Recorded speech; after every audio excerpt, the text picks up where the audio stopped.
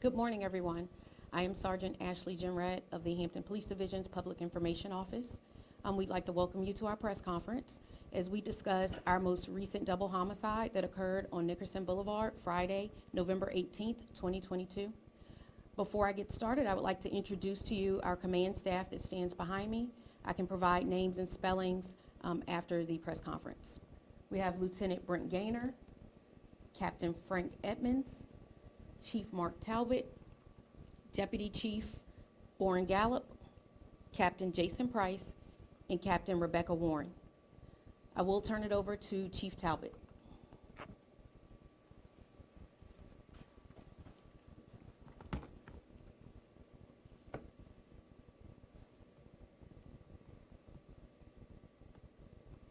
All right, good morning. I'm Mark Talbot, and I'm the police chief here for the Hampton Police Division. I'm here with members of our executive team, and we're here to update you on the tragic double homicide that occurred in our city on the night of November 18th at 10:43 p.m. That night, we received numerous 911 calls from residents who reported hearing gunfire in the area of Nickerson Boulevard and Bridgeport Cove Road. Officers who were also fairly close by heard gunshots and responded to the scene from a short distance away.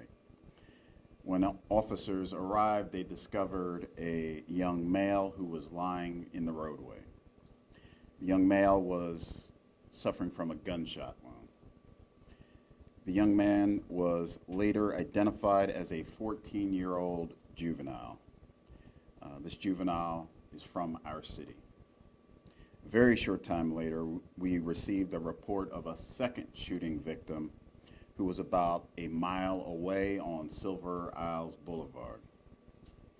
The second victim was also suffering from a gunshot wound.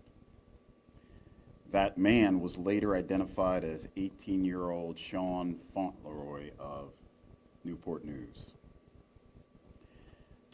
Both the 14-year-old juvenile and the 18-year-old, who we later identified as Sean Fauntleroy, were pronounced dead shortly after officers encountered them.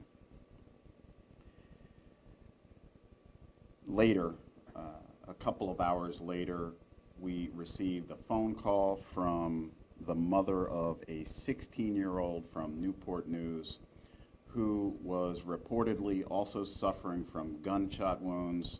Through investigation, we determined that the 16-year-old was involved in the same incident. Captain Jason Price, who is standing behind me on my left, is the Deputy Commander of our Detective Bureau. He's going to talk more about the investigation and what we found, and then we will take questions. These events are tragic, they're truly heartbreaking, and we want to, first of all, offer our condolences to the families of the young men here. Our prayers are with you. The events are also tragic for our residents, those who live and work in areas impacted by gun violence. You should all know we will continue to work relentlessly to increase the level of safety in our city. Gun violence and homicide in particular, we should remember, is also tragic for our officers who have worked tirelessly over the weekend and up until today to bring justice to these men. I want to remind our residents to continue to partner with us so that we can continue to do everything we can to jointly make the city safe. If anybody out there has seen anything that they think could be related to these incidents, I'd encourage you to call us and make sure that we have all the information that we need to do our jobs. With that, I'll turn it over to Captain Price. Good morning. The investigation thus far has revealed that all three of these individuals were occupying a vehicle in the 200 block of Bridgeport Cove. Shortly after they parked their vehicle, multiple individuals approached the vehicle, fired guns, striking the vehicle and the occupants multiple times. In an attempt to get help, the vehicle then left the apartment complex and drove to the Bridgeport Cove, to the Silver Isles area, knocked on doors, and then went to seek help. This is a tragic and senseless incident. One of the individuals was a 14-year-old. The second individual was an 18-year-old whose 19th birthday would have been Sunday, November 20th. Both are senseless and tragic. I want to thank the citizens that have provided video, have provided tips, but we still need the public's help. I urge family, friends, associates of these individuals, if you have information, to call us. You can call anonymously at 1-888-LOCK-YOU-UP, or you can text us anonymously at the P3 tip app, or if you choose not to remain anonymous, you can call us at the non-emergency number, that's 757-727-6111. We'll take questions. Is there any indication at all that any of these incidents could have been connected to a fight that broke out between Beavis High School and IC Northam during the football game on Friday night?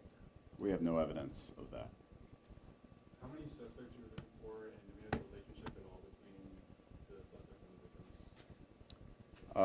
We won't comment on the number of suspects we are looking for, and we're not going to comment on the relationships of the people involved. Were they all males, the 14, 16, 18-year-old? Yes, ma'am. How is the 16-year-old doing? He's physically doing well.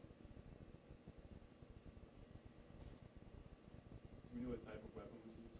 Weapons were used? We do. We won't comment on that at this time, other than to say a handgun or handguns, plural. So just running through, like, basically this all happened at one scene, and then one of the victims fell out of a car on Bridgeport Cove. They sought help, and then that's where another victim was found, and then another victim ended up back home later on that night. Is that kind of how it all went through? You added some things that Okay. we didn't report, so I will refer back to the description that Captain Price and I gave of the sequence of events. When the suspects approached the car, was the car like in the street? Was it parked on the side of the road? Was it like at a stop sign or stop light? Could you please repeat your question? When the suspects approached the car, was the car like at a stoplight, or sort of where was it in the road? Can you describe that to me a little bit more? I won't elaborate on what we've described in terms of the original interaction. Is there any reason to think this is gang-related? There is reason to believe that people may have been acting in concert with each other, but we don't have evidence to say gang-related or not.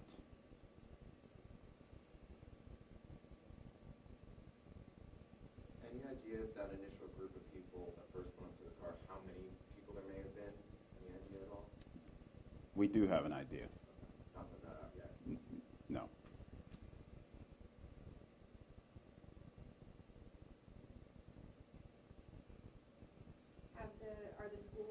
Are you working in concert with the schools to see if there's any connection there?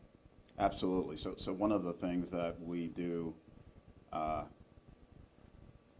very early on in the investigation is make contact with the school, both to prevent retaliatory violence and to let them know what happened so that they can do the things that are important to do inside the school.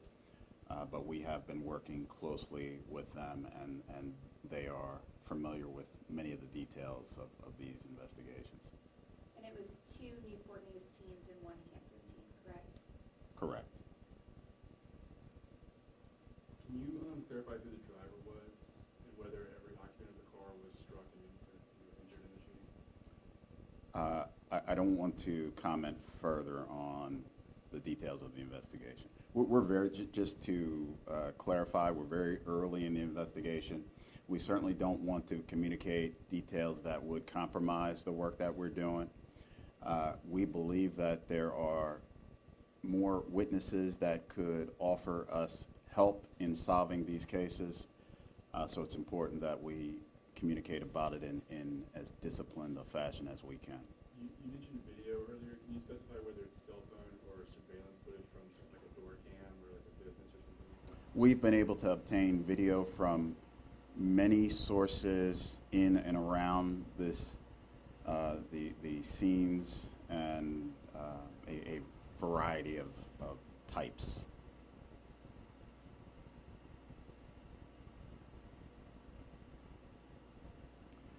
I'd like to close if there are no more questions on, again, echoing the comments from Captain Price, thanking the residents. Contrary to what you hear often, lots of residents called us, lots of residents answered the door when we knocked on the door to see what's happening. We've spoken to lots of family members that are involved in these events, and the vast majority of the people that we've needed to speak to have been forthcoming with us. So we want to thank them, and we remain very hopeful about this city. We believe in this city, and we believe that we will continue to do what's necessary to solve this case and continue to head in a positive direction with gun violence. Have you identified any, like, do you know who the suspects are at this point? And can you provide a description for people if they were to be on the lookout for any specific people? We don't have information that we wish to share at this point. We imagine that we will soon, and we will get that to you as quickly as possible. This is only my third press conference in my tenure here in 16 months. 14-year-old child dead. We will solve these cases. We will solve these cases. And when we have suspect information to put out, we will get that out to you as quickly as possible. Thank you so much.